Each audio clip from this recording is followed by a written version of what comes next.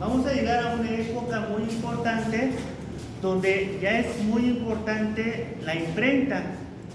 La imprenta permite que todas estas ideas que van surgiendo en el siglo XV y el siglo XVI se puedan dar a conocer.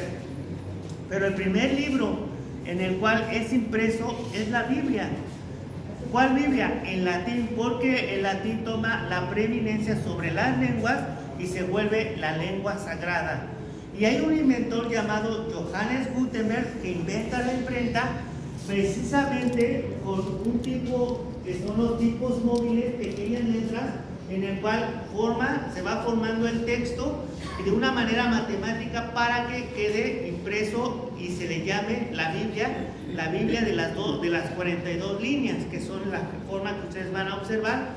Y se deja un espacio en blanco ¿para qué? Para que los miniaturistas o los iluminadores hagan todo este acabado de las letras capitulares. Precisamente, como mencionó, la imprenta permite que estos movimientos como el humanismo, el renacimiento, se puedan dar a conocer, porque es necesario el rango de orden, el que va a ustedes a observar acá, él diría a fuente, es decir, regresar a las fuentes de las lenguas que fueron escritas, tanto el Antiguo y el Nuevo Testamento. Va a haber otro personaje muy importante que se llama Fray Francisco Jiménez de Cisneros, que él fundará en ese momento la Universidad de Alcalá de Henares, y de ahí se hará una grande obra que se llamará la Biblia Políglota Complutense, en el cual va a contener las lenguas, la Biblia en diferentes lenguas. Van a observar el hebreo, el latín de la Vulgata y el griego de la Septuaginta. Lo que vamos a observar es que va a ser mucho más fácil regresar a la fuente en el cual fue escrito. ¿Por qué? Porque si yo quisiera estudiar de una manera más exegética lo que el escritor quiere decir, me tengo que ir a la fuente primaria, lo que diría Erasmo, regresar a la fuente primaria para poder entender el pensamiento que está diciendo. Por eso es muy importante esta Biblia que se llama la Biblia Políglota Complutense.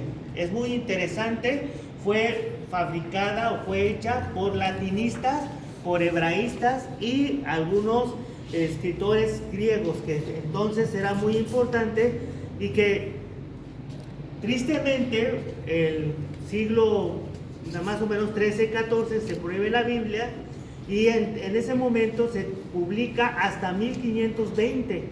Ya se había terminado, pero se publica hasta 1520 porque se necesitaba el permiso del Papa. Y aquí es muy importante porque, como mencioné, la imprenta permite que los reformadores como Lutero, como Erasmo, como Stanley y como otros puedan publicar sus ideas. Recuerden que la reforma se lleva a cabo en 1517 con esta idea de las 95 tesis, y entonces era Lutero, ya para 1521 es excomulgado y llevado a la Dieta de Worms, donde se tiene que presentar ante el Papa León X y ante Carlos V.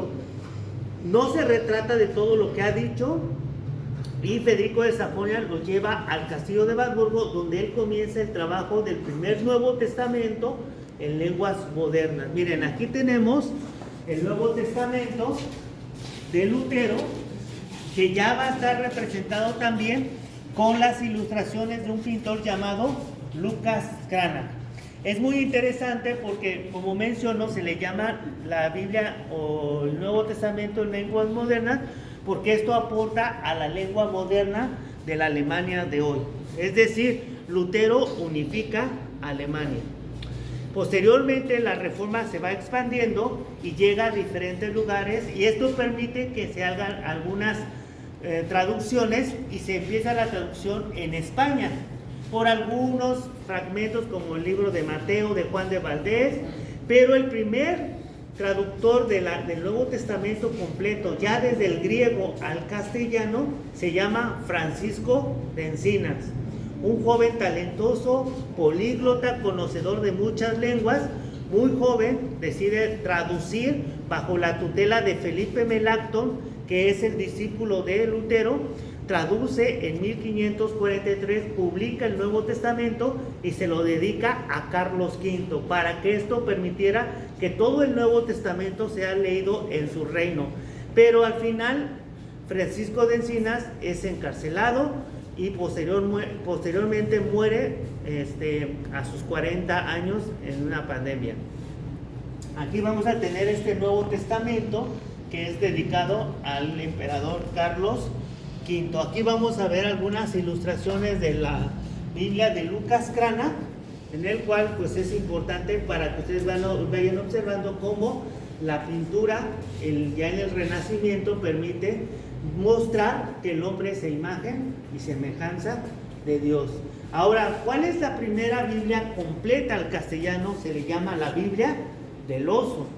Pero este hombre llamado Casiodoro de Reina, un monje de la orden de los Jerónimos, es perseguido desde su abadía, que es el convento de San Isidoro, hasta Inglaterra.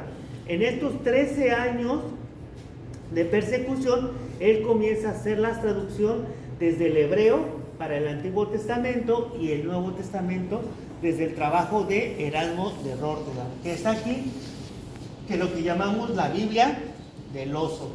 ¿Por qué el oso? Porque tiene este mensaje, esta portada del oso, precisamente por la persecución que está sucediendo. Un hombre llamado Paulo IV, que es papa, empieza a publicar el índice de los libros prohibidos, y entre los libros prohibidos está la Biblia. Esto permite que no se conozca el lugar y en la publicación de la Biblia del Oso, y permite que se pueda introducir en España, porque todas estas publicaciones que les menciono, como el Nuevo Testamento de Francisco de Encinas, el segundo Nuevo Testamento de Juan Pérez, etcétera, están publicados fuera de España. La Biblia del Oso se publica en 1569 en Basilea, Suiza. Entonces estamos observando ya cómo posteriormente también ya la Biblia se va publicando gracias a la Reforma Protestante. Después se publica al inglés y a otras lenguas del mundo. Pero yo les preguntara, ¿cuál es la primera Biblia que se publica o que viene a México?